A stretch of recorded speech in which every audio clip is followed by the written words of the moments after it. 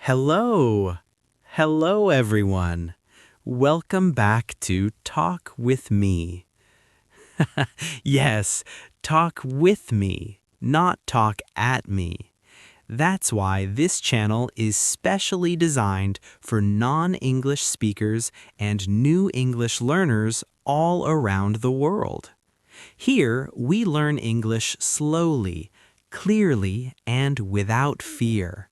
No pressure, no tension, only learning and smiling together. If you make mistakes here, that's perfect because mistakes mean you are learning. So relax, take a deep breath, and talk with me. Got it? Let's jump right in. Now, my dear students, today we are going to learn a very useful and very common tense in English. The lesson is called Present Perfect Continuous Tense. Don't worry, I know the name sounds long and scary, but the tense is actually easy when we learn it step by step. By the end of this lesson, you will say, "Oh, that's not difficult." Before we start, did you watch our past lessons on this channel? Did you see present tense, past tense, present continuous, present perfect? If yes, very good. If no, no problem at all. You can still learn with us. Just remember, you can always go back and watch our older videos on Talk With Me. Okay? Good. Okay, students. What is present perfect continuous tense? Does anyone know?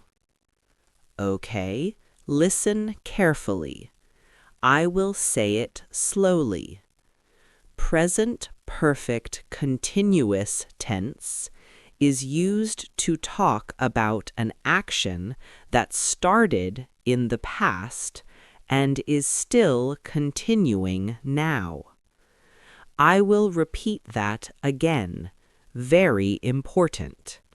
An action started in the past and it is still happening now. Yes, still happening now. Look at this sentence.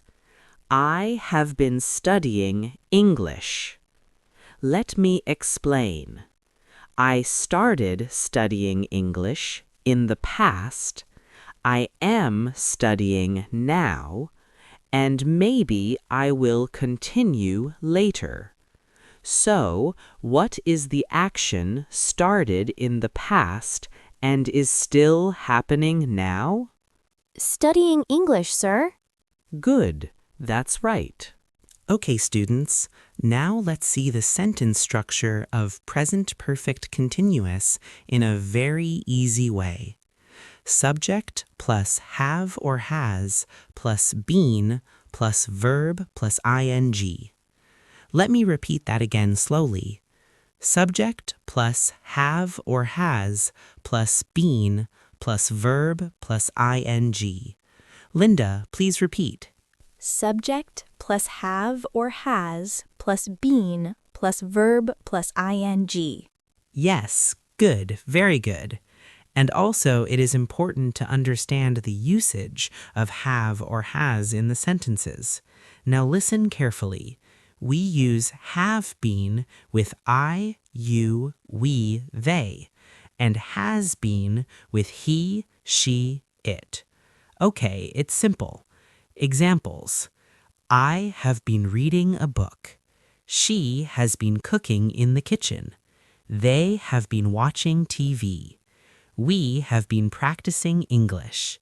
Yes, practicing English again and again. That's the secret. Okay, good. Students, we have something new to learn now. Using for and since in sentences. Okay? It's very common. Now, this is a little tricky, so listen carefully. I will explain slowly and repeat. We often use for and since with present perfect continuous. We use for to talks about time period and since to talks about starting point. Examples: I have been studying English for 2 years. See, 2 years. It's a period of time. For a period, we use for. You get it? Okay, good. She has been working here since 2022. See, since 2022, that is the starting point, so we use since. Got it? Anna, give me an example using for. I have been practicing English for 3 months. Excellent. And also using since. They have been sleeping since 5 o'clock in the morning. Great, Anna. You nailed it. Students, when it comes to the negative form, we use this structure. Subject plus have or has plus not plus been plus verb ing. Examples: I have not been sleeping well. She has not been feeling good. They have not been working today. You see? It's easy. Good.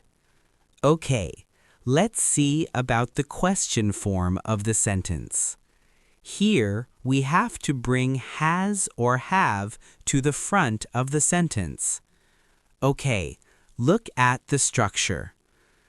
Have or has plus subject plus been plus verb ing.